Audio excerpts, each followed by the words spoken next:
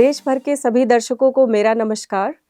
मैं Pratibha Chaudhary, IRS additional director PR and PP CBDT New Delhi extend a warm welcome to all of you to another special edition of Samvaad. Friends, the government has introduced the income tax bill in Parliament, a significant step towards simplifying and consolidating the provisions of the Income Tax Act 1961. This proposed legislation aims to enhance clarity, ease compliance, and modernize tax administration. To discuss some key aspects of the new bill pertaining to clubbing of income, deeming provision, set off, carry forward of loss, and Chapter 6A deductions, we have with us today a very distinguished guest. We heartily welcome Shri Shramdeep Sinha sir.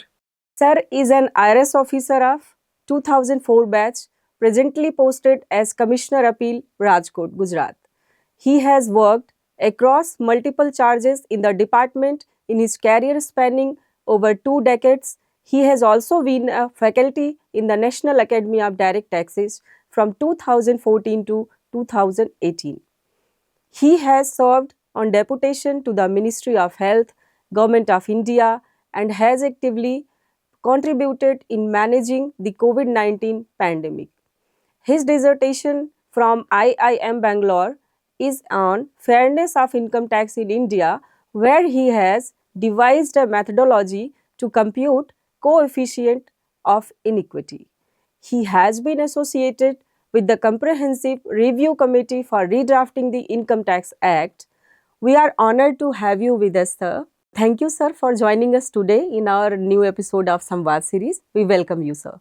धन्यवाद। सभी दर्शकों को मेरा हार्दिक अभिवादन। Sir, firstly, our viewers would like to know if there is any change in incidence of taxation or methodology of clubbing in the proposed Income Tax Bill 2025.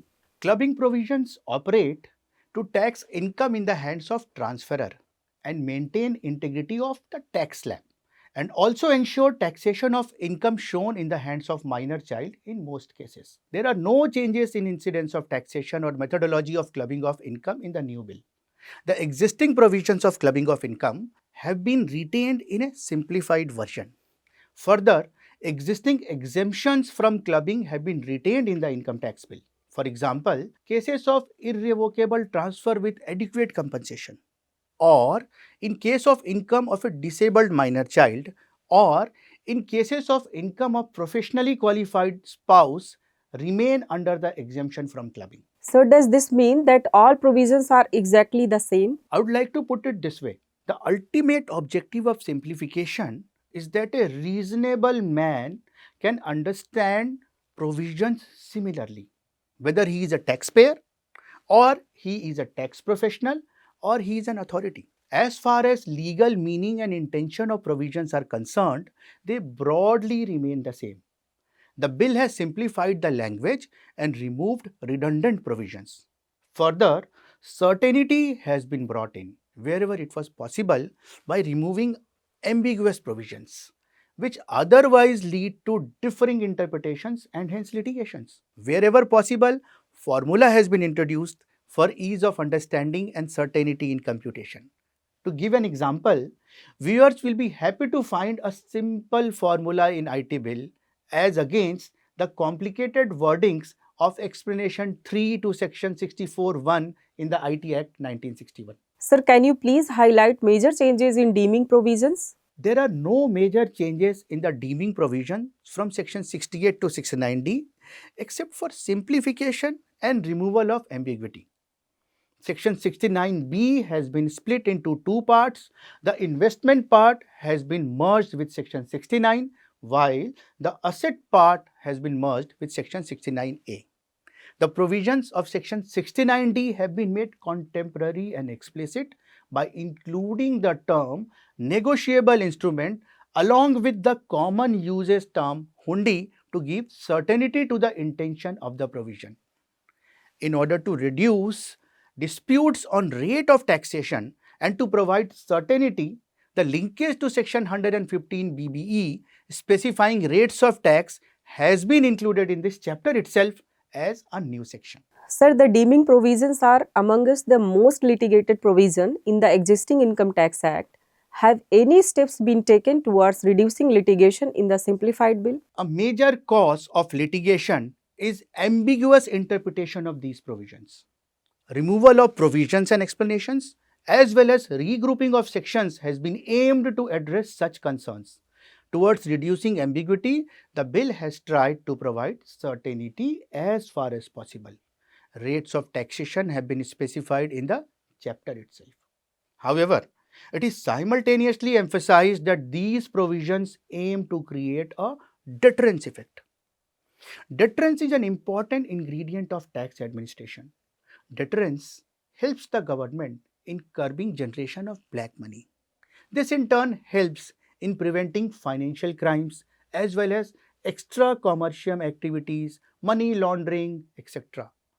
Such deterrence positively helps the government to ensure that transactions take place through banking channels and legal means across all sectors of life and business as far as possible.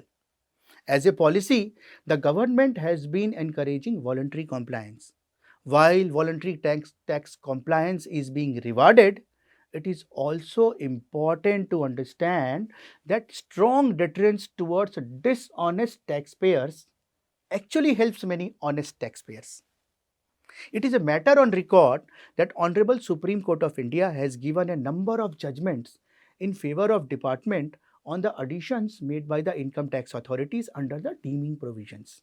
The jurisprudence on these sections is fairly well settled, and the unexplained items can be taxed under general principles of taxation, that is, as long as they remain unexplained with reference to the disclosed transactions. Sir, since name of section cash credits has been changed to unexplained credits, does it mean that government does not wish to tax cash found during search and seizure survey actions? Government has always taxed unaccounted cash as deemed income of the taxpayer.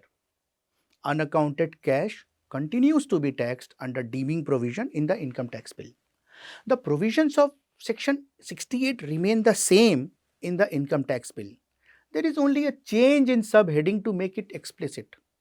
The section is concerned with taxing all unexplained credits in the books of accounts, including unaccounted cash found credited therein. Sir, does the income tax bill incorporate changes announced in budget 2025 towards capping of carry forward loss in the provision of amalgamation and business reorganization? Yes, the simplified income tax bill includes all such amended provisions in the Income Tax Act introduced by Budget 2025. Sir, how will simplification exercise in set off and carry forward provisions help the existing businesses, including banks and cooperative banks? These provisions help taxpayers in situations where a taxpayer has both profits as well as gains in multiple economic activities, or has incurred loss which is not possible to be set off in 1 year, or has made substantial investment in business assets leading to large depreciation allowance,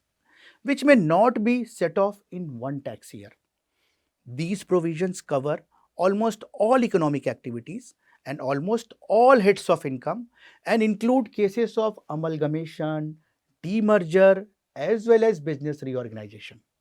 These provisions apply to all types of taxpayers, including startups, banking companies, and corporate banks, etc.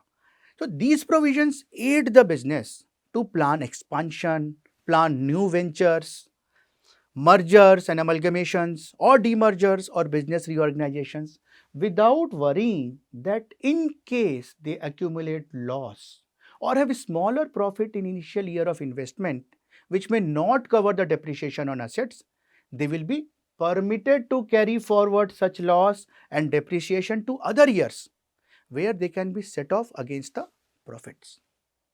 With the set off, the business and entities are able to reduce their taxable income and benefit by lower taxes.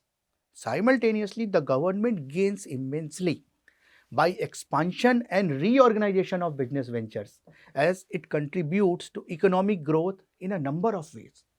The simplification exercise has not disturbed the intention of the existing provisions. These provisions which pertain to set off and carry forward of unabsorbed loss and unabsorbed depreciation. Sections specifying amalgamation, demerger, and business reorganization of banking companies as well as cooperative banks have been retained. Efforts have been made to simplify the language as far as possible so that its interpretation is unambiguous and clear. Sir, what are the major snapshots of simplification with reference to Chapter 6A? Chapter 6A deals with permissible deductions from gross total income to arrive at taxable total income of a taxpayer. Such deductions have been instrumental in directing economic activities towards priority sectors and identified territorial areas in the country and have been propelling economic growth. In simplification exercise of Chapter 6A, proviso and explanations have been integrated into main section.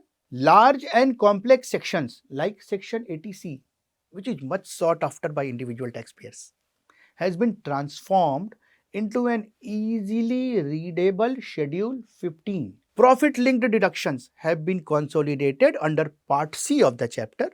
For example, exemption provision of Section 10AA, often interpreted to be a deduction provision and subject to litigations on this subject matter, has been incorporated under deductions to ensure consistency. Provisions having sunset clauses like Section 80IA, 80IB, 80IAB, 80IBA, etc., have been simplified and retained for eligible businesses after incorporating necessary savings and repeals clauses. Sir, what major restructuring has been done in Section 80C? Section 80C deductions include deductions on account of, say, life insurance premium, contribution to provident fund, etc.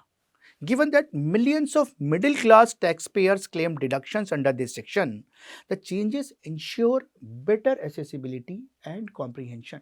Various sums eligible for deduction under Section 80C, which were previously spread throughout the section, have now been transformed into a simplified arrangement of eligible savings instruments in Schedule 15 at one place. The deduction limit has been explicitly stated within the section, while the Schedule 15 provides an easy to understand breakdown of eligible deductions. This simplifies the process for taxpayers, making it organized as well as transparent. Sir, what changes have been made to Section 80 TTA and 80 TTB? As per the current provisions, Section 80 TTA and 80 TTB provide deductions on interest earned from savings account. While 80 TTA provides such deductions in general, Section 80 TTB was specific for senior citizens. Now, these sections have now been merged into a single structured provision with clearly defined subsections. The eligibility criteria and deduction limits for different categories of taxpayers are now explicit, reducing the need to refer to multiple sections. This change enhances clarity and ease of use, particularly for senior citizens. Sir, we are truly grateful for your time and for enlightening us on such an important subject. Your insights into clubbing provisions, deeming provisions, provisions of set-off and carry forward of loss and depreciation, as well as deduction under Chapter 6A have been immensely valuable. I am truly grateful to our esteemed viewers for their time and patience. आपका दिन शुभ हो. नमस्कार. जय हिंद.